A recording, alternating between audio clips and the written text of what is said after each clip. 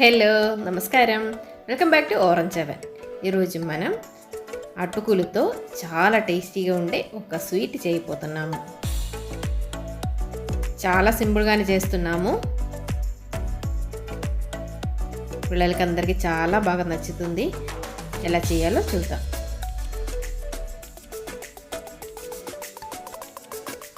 ముందుగా ఒక కడాయిలో 2 కప్పుల అటుకులు తీసుకున్నాను. ఇది కొంచెం పింక్ కలర్ ఉండేది, మామూలుదైనా తీసుకోవచ్చు. ఇలాచీ పౌడరు, 1/2 కప్పు బెల్లం, అలాగే డ్రై ఫ్రూట్స్, కొంచెం ఎండు కొబ్బరి తీసుకున్నాను. పచ్చి కొబ్బరి అయినా వేయచ్చు. ముందుగా ఈ అటుకులు తీసుకున్నాం కదా, అది వేయించుకోవాలి. మీడియం ఫ్లేమ్ మీద పెట్టుకొని ఒక 2 నిమిషాలు ఫ్రై చేసుకోవాలి. మనం పచ్చి కొబ్బరి తీసుకుంటే అటుకులతో పాటు వేసుకొని వేయించుకోవాలి. లేకపోతే అటుకులు ఆల్మోస్ట్ ఫ్రై అయిన తర్వాత ఎండు కొబ్బరి వేసి జస్ట్ ఒకసారి రోస్మెల్ పోయేదాకా వేయించుకుంటే సరిపోయిద్ది. జస్ట్ వేడెక్కాలి అంతే. ఇప్పుడు ఇది బాగా మిక్స్ చేసుకొని అటుకులు కూడా ఆల్మోస్ట్ ఫ్రై అయిన తర్వాత కలర్ ఏం చేంజ్ అవ్వద్దు, జస్ట్ ఫ్రై అయ్యేటప్పుడు మనకి తెలుస్తూ ఉంటుంది. చూడండి, ఇప్పుడు ఫ్రై అయిపోయింది. ఇది కొంచెం చల్లారిన తర్వాత మిక్సీ జార్లోకి వేసుకొని క్రష్ చేసుకోవాలి. మరీ పొడి పొడిగా కాదు, జస్ట్ క్రష్ చేయాలి. చూడండి, ఇలా క్రష్ అయింది కదా. ఇప్పుడు ఇది పక్కన పెట్టేసి స్టవ్ మీద పెద్ద కడాయి పెట్టుకోవాలి. దాంట్లో కొంచెం నెయ్యి వేసుకోవాలి. 2 టేబుల్ స్పూన్ దాకా వేసాను. దాంట్లో మనం తీసి పెట్టిన క్యాష్యూస్ అలాగే రైసిన్స్ వేసుకొని ఫ్రై చేసుకోవాలి. ఫ్రై చేసి ఇవి తీసి పక్కన పెట్టండి.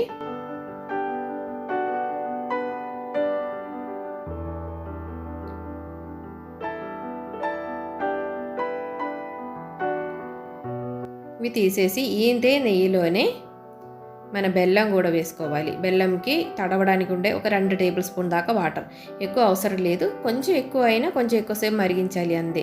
1 టేబుల్ స్పూన్ షుగర్ కూడా వేస్తున్నాను. కొంచెం షుగర్ కూడా వేస్తే టేస్ట్ కొంచెం బాగుంటుంది. బెల్లం ఒకటే వేసేదానికంటే కొంచెం షుగర్ కూడా వేస్తే బాగా టేస్ట్ వస్తుంది. ఇప్పుడు మనం క్రష్ చేసి పెట్టిన అటుకులు కొబ్బరి మిశ్రితం ఉంది కదా, అది కూడా వేసి వేయించుకోవాలి. లో ఫ్లేమ్ మీద పెట్టుకోండి. ఇప్పుడు ఇది కరెక్ట్గా వాటర్ సరిపోయింది.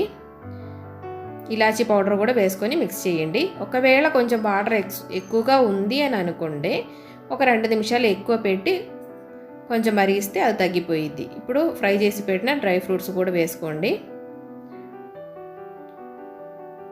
బాగా మిక్స్ చేసేసి స్టవ్ ఆఫ్ చేసి ఒక 2 నిమిషాలు పక్కన పెడితే లైట్గా కూల్ అవుతుంది. ఓవర్గా కూల్ అవ్వాల్సిన అవసరం లేదు. లైట్గా వేడి తగ్గిన తర్వాత దీన్ని బౌల్ చేసుకోవడం, లేకపోతే ఎలాంటి షేపులో అయినా చేసుకోండి.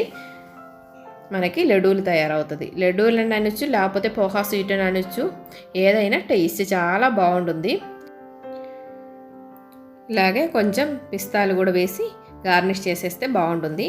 ఇలాగే మొత్తం బౌల్స్ చేయండి. ఇప్పుడు మన స్వీట్ మొత్తం రెడీ అయిపోయింది.